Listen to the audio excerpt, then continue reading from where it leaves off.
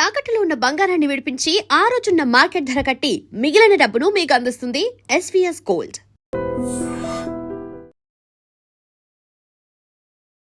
నమస్తే, welcome to I dream talking point with కవిత.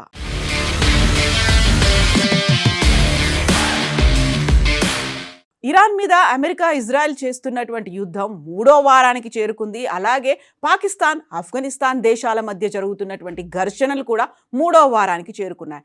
ఇరు పక్షాలు భీకర దాడులకు పాల్పడుతున్నాయి. సరిహద్దుల్లో పాకిస్తాన్ కాల్పుల విరమణ ఒప్పందాన్ని ఉల్లంఘిస్తోందని, పాక్ సైనికులు జరిపినటువంటి కాల్పుల్లో ఆఫ్ఘనిస్తాన్ సైనికులు చనిపోయినట్టుగా ఆఫ్ఘనిస్తాన్ దేశాధికారులు చెప్తున్నారు. ఈ ప్రకటన వెలువడినటువంటి కొన్ని గంటల్లోనే కాబూల్లో ఉన్నటువంటి ఆసుపత్రిపై వైమానిక దాడి పాల్పడినట్టుగా ఆఫ్ఘనిస్తాన్ ఆరోపించింది.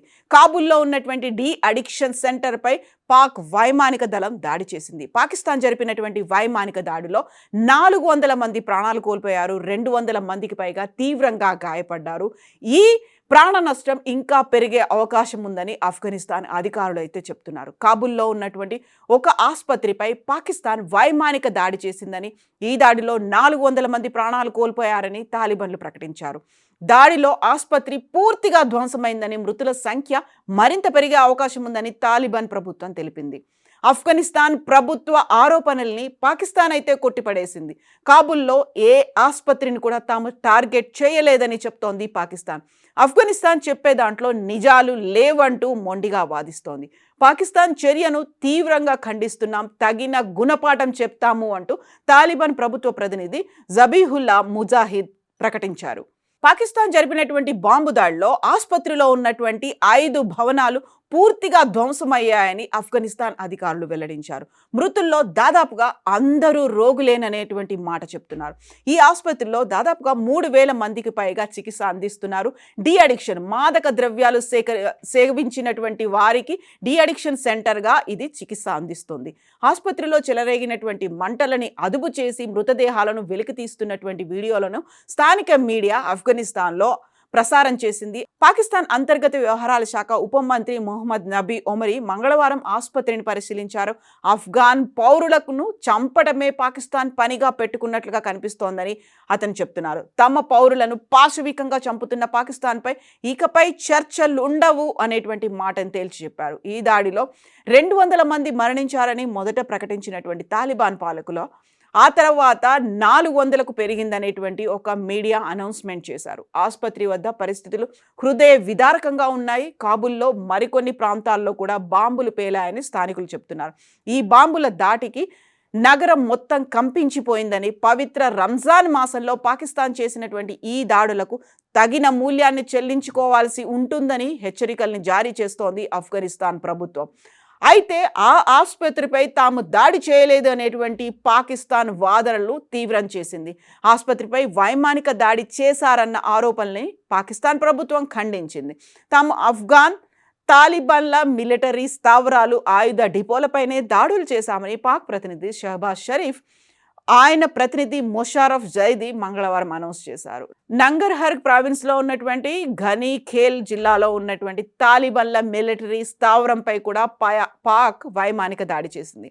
ఆఫ్ఘనిస్తాన్లో ఉగ్రవాదులను నిర్మూలించే చర్యలను తాలిబాన్ పాలకులు వేగవంతం చేయాలని డిమాండ్ చేస్తూ ఐక్యరాజ్యసమితి భద్రతా మండలి ఏకగ్రీవంగా తీర్మానాన్ని ఆమోదించినటువంటి కొన్ని గంటలకే కాబూల్ ఆసుపత్రిపై పాక్ దాడి చేసింది. ఈ 2 దేశాల మధ్య గత 3 వారాలుగా సరిహద్దుల్లో తీవ్రమైనటువంటి ఘర్షణలు జరుగుతున్నాయి. సోమవారం కూడా కాల్పులు జరిగాయి. పాక్ సైన్యం కాల్పుల్లో తమ పౌరులు 4 చనిపోయారని తాలిబాన్లు ఆరోపించారు. ఇక 3 వారాల్లో ఇప్పటి వరకు 684 మంది తాలిబాన్లు మరణించారని, 912 మంది గాయపడ్డారని పాకిస్తాన్ సమాచార శాఖ ప్రతినిధి అతొల్లా తరార్ అయితే చెప్తున్నారు. ఇరుగు పొరుగు దేశాలైనటువంటి పాకిస్తాన్, ఆఫ్ఘనిస్తాన్ మధ్య అత్యంత తీవ్రమైనటువంటి పోరాటం.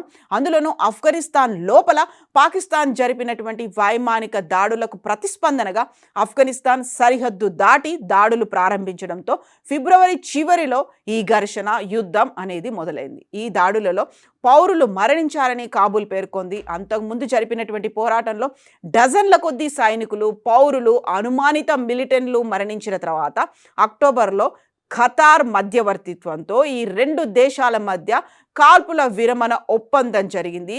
ఆ ఒప్పందానికి ఈ ఘర్షణలు భంగం కలిగించాయి. గత వారం పాకిస్తాన్లో అనేక మంది పౌరులను గాయపరిచిన డ్రోన్లను మోహరించడం ద్వారా ఆఫ్ఘనిస్తాన్ తాలిబాన్ పరిపాలన రెడ్ లైన్ను దాటిందని పాకిస్తాన్ అధ్యక్షుడు ఆసిఫ్ అలీ జర్దారీ అన్నారు.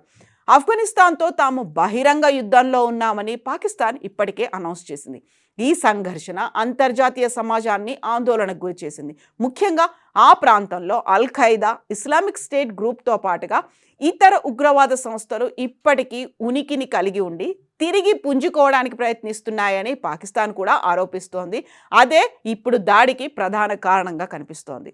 అమెరికా ఉగ్రవాద సంస్థగా ప్రకటించిన పాకిస్తానీ తాలిబాన్కు, అలాగే దేశవ్యాప్తంగా పాకిస్తానీ భద్రతా దళాలను, పౌరులను తరచుగా లక్ష్యంగా చేసుకునేటువంటి నిషేధిత బలూచ్ వేర్పాటువాద బృందాలకు, ఇతర మిలిటెంట్లకు ఆఫ్ఘనిస్తాన్ ప్రభుత్వం ఆశ్రయం కల్పిస్తోందని పాకిస్తాన్ ప్రభుత్వం ఆరోపిస్తోంది. అయితే కాబూల్ మాత్రం ఈ ఆరోపణలు తీవ్ర స్థాయిలో ఖండిస్తోంది. ఉగ్రవాదాన్ని ఎదుర్కోవడానికి వెంటనే చర్యలు తీసుకోవాలని ఆఫ్ఘనిస్తాన్ తాలిబాన్ పాలకులకు ఐక్యరాజ్య సమితి భద్రతా మండలి పిలుపునిచ్చినటువంటి కొన్ని గంటల తర్వాత ఆసుపత్రి మీద ఈ దాడి జరిగింది. కాబూల్ ఉగ్రవాద గ్రూపులకు, ముఖ్యంగా పాకిస్తాన్ తాలిబాన్లకు ఆశ్రయం కల్పిస్తోందని పాకిస్తాన్ ఆరోపిస్తోంది. వారు పాకిస్తాన్ లోపల దాడులు చేస్తున్నారని ఆరోపించింది. తమ దేశానికి చెందినటువంటి అధికారిక భవనాలు, మిలిటరీ నివాసాల మీద కూడా ఆఫ్ఘనిస్తాన్ దాడి చేస్తోందని పాకిస్తాన్ చెప్తోంది. ఏకగ్రీవంగా ఆమోదించబడినటువంటి భద్రతా మండలి తీర్మానం పాకిస్తాన్లో జరిగినటువంటి దాడులను ప్రత్యేకంగా ప్రస్తావించినప్పటికీ ఉగ్రవాద దాడులతో సహా అన్ని ఉగ్రవాద కార్యకలాపాలను అత్యంత తీవ్రంగా ఖండిస్తోంది అనేటువంటి తీర్మానం ఆఫ్ఘనిస్తాన్లో ఉన్నటువంటి ఐక్యరాజ్య సమితి రాజకీయ మిషన్ యునామా 3 నెలల పాటు పొడిగించింది. అయినప్పటికీ కూడా ఈ దాడులు అనేవి తీవ్ర స్థాయిలోనే కొనసాగుతున్నాయి.